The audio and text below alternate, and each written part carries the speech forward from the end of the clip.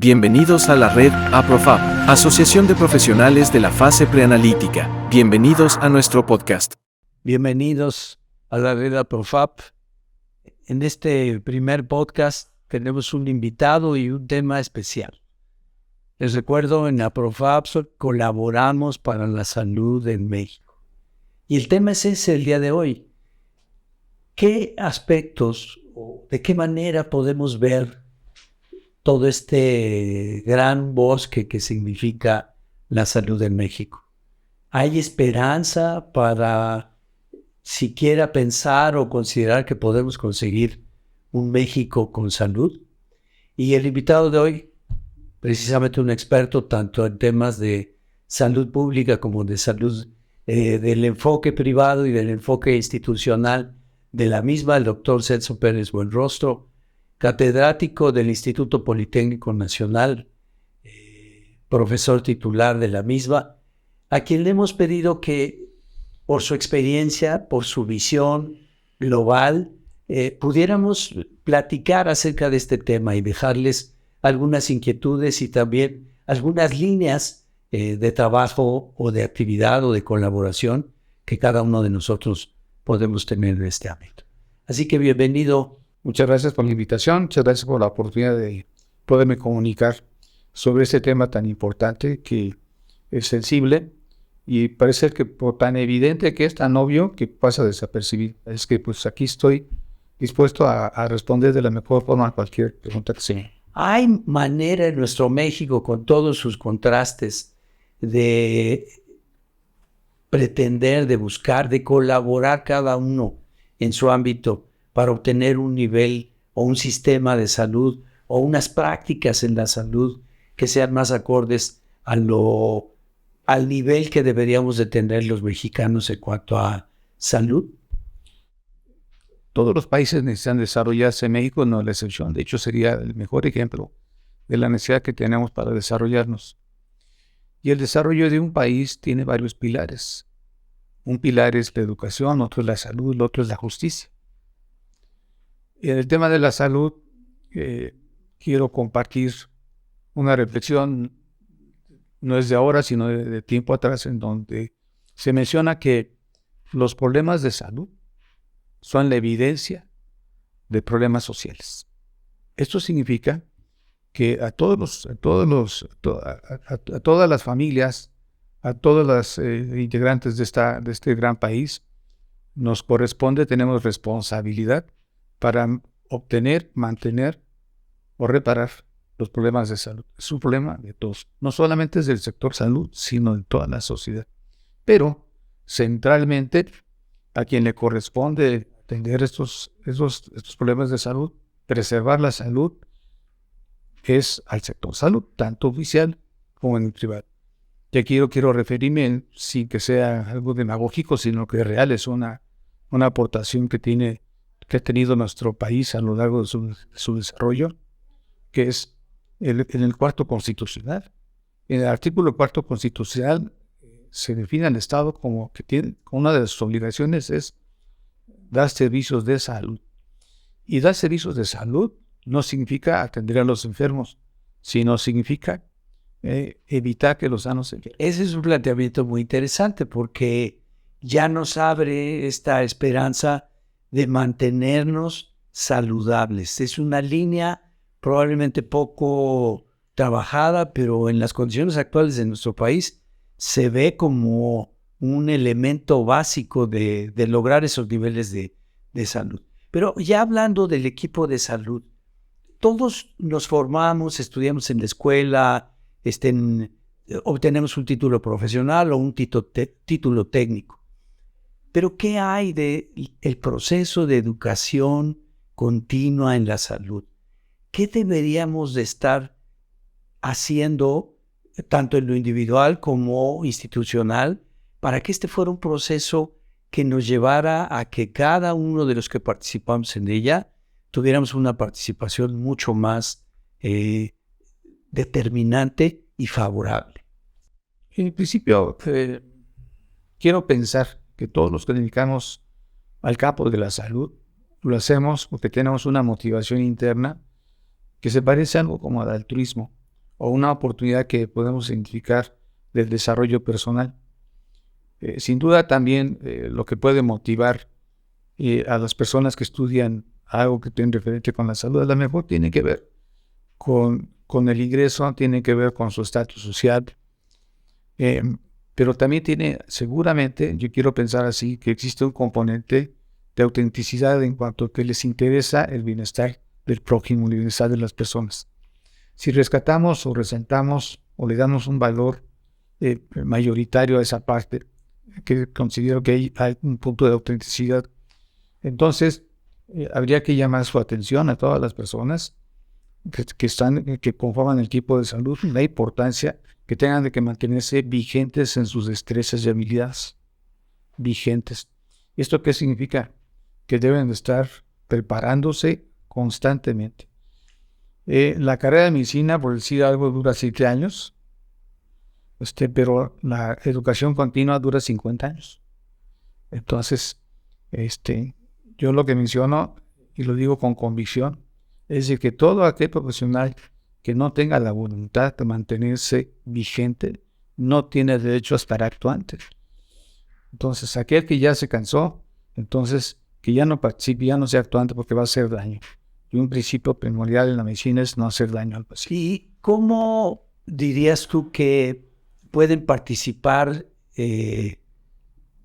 las entidades que forman profesionales, las que los capacitan de manera continua, aquellas entidades que ahora en los sistemas avanzados de calidad hablan de la certificación de sus habilidades, de sus destrezas y sus competencias? ¿Qué deberíamos de estar haciendo? ¿Qué mecanismos o qué decisiones deberíamos de tomar para que contribuyamos y hagamos equipo por la salud? Hay una mezcla de formalidad y una parte de informalidad. Hay una mezcla de veracidad y otra de simulación. A lo mejor me lo digo fuerte en esta parte, pero es la verdad. Y me refiero, en este momento hay 181 escuelas de medicina en el país. ¿Cuántas de ellas están acreditadas? Y de aquellas que están acreditadas en sus planes y programas de estudio, realmente se asegura que sus egresados tengan las competencias que supuestamente los planes señalan. Yo tengo mis dudas. Hace algunos años se realizó un estudio que se llamó el Tuning de Latinoamérica. En ese tuning se incorporaron los perfiles o supuestos perfiles de egresados de diferentes profesiones. Uno de ellos es el de la medicina. Y entonces los médicos, según ese estudio, deberían de tener a su egreso 64 destrezas en aplicación de procedimientos. Yo creo que ninguna escuela garantizan esas 64 destrezas. Y las destrezas que van adquiriendo los alumnos es a lo largo de su historia personal, que es un tanto azaroso. Entonces, en lo formal, como que las cosas están bien. Ya en la práctica nos damos cuenta de que no. Luego entonces, si el egresado está consciente de que por las razones que hayan sido en su institución educativa no le aportaron, no le proveyeron de todo lo que necesita para desempeñarse continuo, porque además habría que mencionar lo siguiente: ahora, en la etapa en la que está nuestra sociedad, los pacientes se defienden, demandan, se quejan, hay denuncias. Entonces, en la experiencia que yo tengo, que me ha tocado vivir de varias situaciones, el paciente se queja y ya sea que va a Profeco o que va a la CONAED. Y ahí en ese centro de conciliación de arbitraje se enfrenta uno con otros médicos que tienen especialidad, que están bien preparados. Entonces, el tener una disertación en donde está el quejoso con su abogado, con su médico, con un tercero, y el que está involucrado necesita llegar bien preparado para mostrar o demostrar que lo que hizo estuvo bien hecho.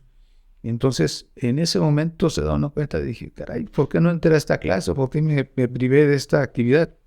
Bueno, entonces, esa es la situación que estamos viviendo. Se traduce en que es necesario que existan otras instancias que hagan ofertas de profesionalización, que permitan suplir esas carencias con las que inevitablemente el médico o el químico o la enfermera surgen de su institución educativa y que se dan cuenta ya en la práctica de su profesión que necesitan una capacitación adicional.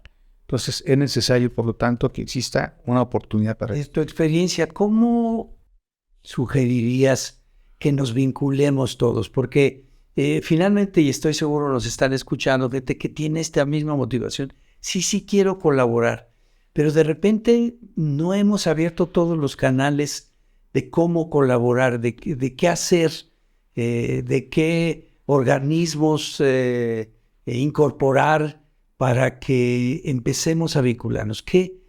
¿Dónde podemos romper ese ciclo que no nos ha permitido ser en este tema de irnos capacitando de manera continua, ser un equipo realmente? Voy a abordarlo desde dos puntos de vista. Habría que aprovechar en este momento que estamos viendo del planeta, que son las redes sociales, que son la comunicación a la velocidad de la luz a través de los sistemas digitales, los sistemas de información. Entonces, aquella persona que es profesional, que ha identificado que necesita superar, resarcir alguna limitante, tiene que buscar la oportunidad. Entonces, hay la importancia de que las instancias que ofrezcan una oportunidad aparezcan en las redes sociales para que los visualicen y entonces puedan las personas que identifican su carencia puedan identificar en dónde pueden resolverla. Y el otro punto de vista es de que pues las oportunidades laborales, ¿sí? Porque hay un periodista que se llama Andrés Oppenheimer, que publicó un libro que se titula, no es una propaganda, pero lo menciono como un referente. Escribió un libro que se titula Sálvese quien pueda. Y en ese libro menciona este periodista que existen 700 profesiones, actividades económicas que pueden desaparecer o transformarse.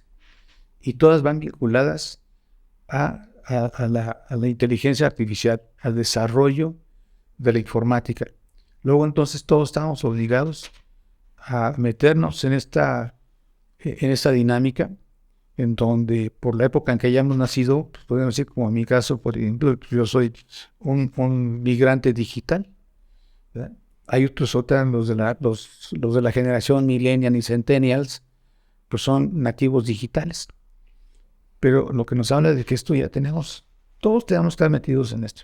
Entonces, mi sugerencia es de que esta asociación, esta red de APROFAC, esté en las redes, lo detecten en las redes para que identifiquen las personas que tienen esta actividad que tiene que ver con la salud y que se acerquen y seguramente van a encontrar una oportunidad para superar los vacíos que pueden tener en este instante.